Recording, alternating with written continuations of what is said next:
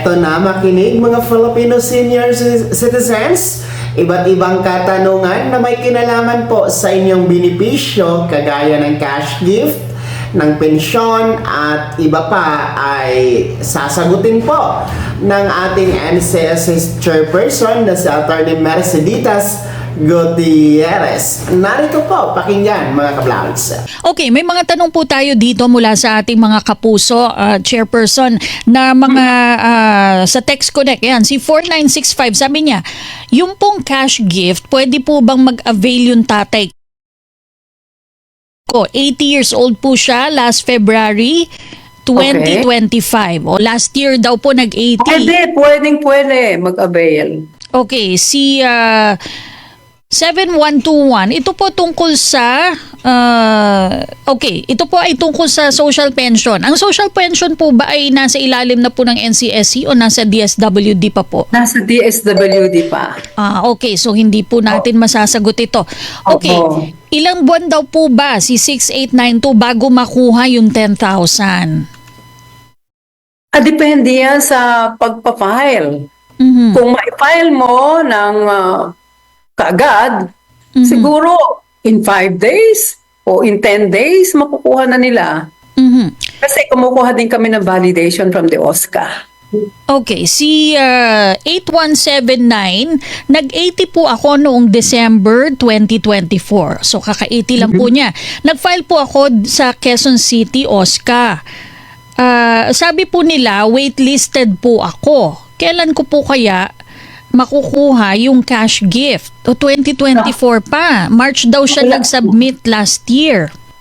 This March makukuha niya yon. Pero wala namang kaming waitlisting eh. Basta pagka may application nakarating sa amin, ipaprocess ka agad.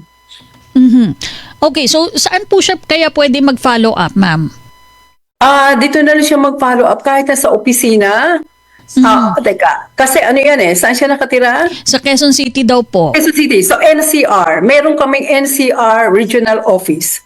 Okay. Magpunta ka agad doon So, at hindi- ipakita yung kanyang application. So hindi na po siya sa OSCA magfa-follow up, sa NCSC na po, Hindi na, NCR. nag-file kasi siya sa OSCA, meron siyang kopya ng kanyang application at para ma-process dahil nagtatagal, magpunta na sa NCR, sa AAP Tower, ng NCR office.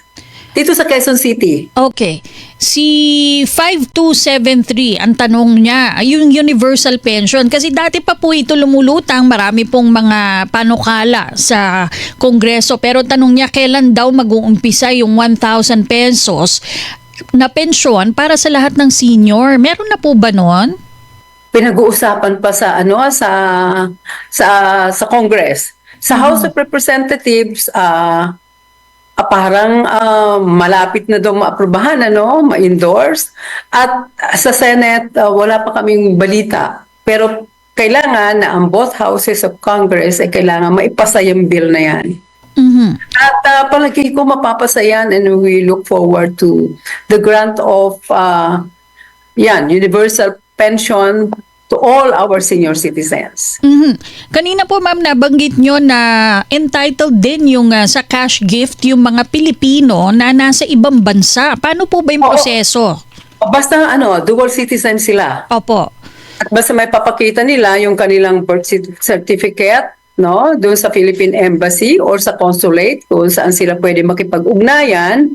Ipakita nila na sila ay citizens of the Philippines. At yung oath of allegiance nila, kung sila ay nag-dual, at mga sapat na yon na mapakita at alam ng ating embassy at consulate kung ano ang mga requirements na kailangan at mapaprocess na namin dito yon basta na-endorse na sa amin. Okay. Kasi pagka nag-dual citizen ka, meron kang certificate of retention or acquisition of Philippine citizenship, may approval, may allegiance, may overseas voting card, yan. Merong foreign driver's license. Paano po yun? Cash po ba nila makukuha? Peso po ba? Cash. Idinideposito sa kanilang account. Okay. Si 9423, tanong po niya, pag isang senior ay birthday noong October 2025, nag-90 po siya. Pumunta po sa DSWD. Ang sabi po, next year pa daw niya makukuha yung 10,000. Tama po ba yun? Okay, DSWD. Sa DSWD daw po ba pinaproseso yung cash gift? Kung saan man siya nakatira, no? Kung saan ang region niya, pwede siya makadiretso sa regional office ng komisyon para mapadali. Pero kailangan mag-apply din siya sa OSCA. Mhm. Kung saan siya, kung saan siya nakatira, kung ano man ang munisipyo or city na nakakasakop sa kanya, at lahat naman meron kaming regional offices sa 16 regions in the country. Mhm. Si 7174, tanong ko lang po, pwede bang dumiretso na sa OSCA ng aming lalawigan para mag-apply ng Senior Citizens ID sa halip na sa barangay? Kasi po palakasan sa aming barangay. Dumiretso na sa OSCA. At kung pwede din kayong dumiretso sa amin sa pag-register para alam namin kung sino yung lahat ng mga senior citizens. At pagdating ng kanilang 80th birthday, 85, automatic meron silang matatanggap sa amin. At yan nga po mga kablans, no, inyo pong napakinggan ang pagsagot sa mga katanungan na may kinalaman po, no, sa inyong mga benepisyo dito sa cash gift, sa pensyon, at iba pang programa na meron po ang ahensyang NCSC para sa mga nagkakatanda. So, yun po mismo ang ating bagong chairperson na si Attorney Merceditas Gutierrez. So, it's all about cash gift kasi yan naman po ang hinahawakan ng NCSC sa ngayon, yung dalawa po nating cash gift, which is the 10,000 pesos under the Expanded Centenarian Act, Republic Act 11982, no? When you reach the milestone of 80, 85, 90, and 95 years old, magkakaroon ka ng 10,000 pesos cash gift. And yung ating pangalawa na cash gift na nasa NCSC is yung Centenarian Act of 2016, which is 100,000 pesos po yan when you reach the milestone of edad na 100 years old. So, yan po. Yung proseso sa pag-apply, no? Gaano katagal ang pag-apply, lahat ng yan ay sinagot po ng ating NCSC chairperson. Pati po ang status sa Universal Social Pension Bill, mismo ang ating NCSC chairperson ang nagsasabing posibleng magiging batas talaga nitong taon ang Universal Social Pension Bill para po sa pensyon ng lahat ng mga senior citizens. Kaya naman, ano po yung komento at reaksyon sa balitang ito?